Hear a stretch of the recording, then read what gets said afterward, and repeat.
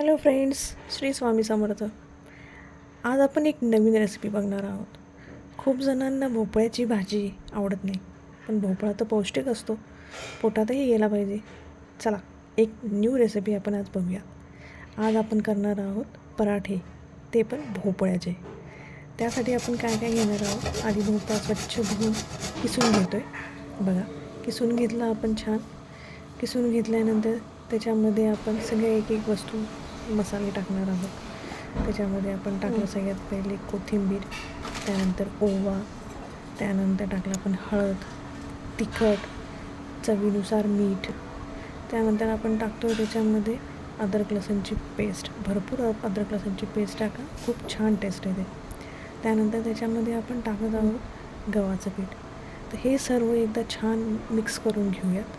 Mix यासाठी करतो आहे की याला भोपळ्याला पाणी सुटतं, त्याच्यामुळे आपण डायरेक्ट पाणी टाकणार नाही आहोत. त्यामुळे आधी हे सर्व मिक्स करून घेऊया आणि मग गरजेनुसारच आपण याच्यामध्ये पाणी टाकणार आहोत. छान क्रिस्पी व्हावे यासाठी फक्त 2 चमचे आपण डाळीचं पीठ टाकतो आहे. त्यानंतर मग आवश्यकतेनुसार आपण त्याच्यामध्ये पाणी टाकत जाणार आहे.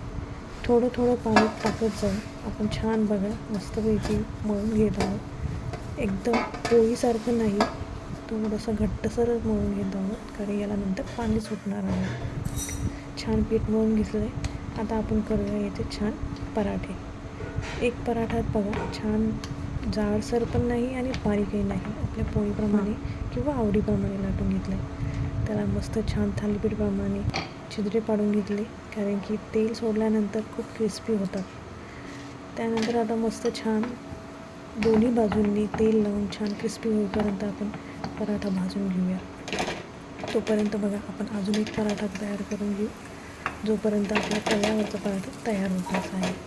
बघा आपला छान क्रिस्पी पराठा तयार झाला आहे.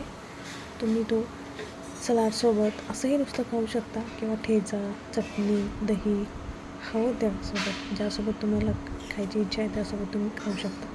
बघा असा पराठा केल्यानंतर भोपळासुद्धा पोटात जाईल आणि एक न्यू डिश आणि छान पौष्टिक असं एक नवीन पण आपल्याला काहीतरी आयटम खायला भेटणार आहे. चला, आवडलं तर नक्की लाईक करा, सबस्क्राईब करा आणि आपल्या फ्रेंड्ससोबत शेअरही करा. Thank you, bye bye.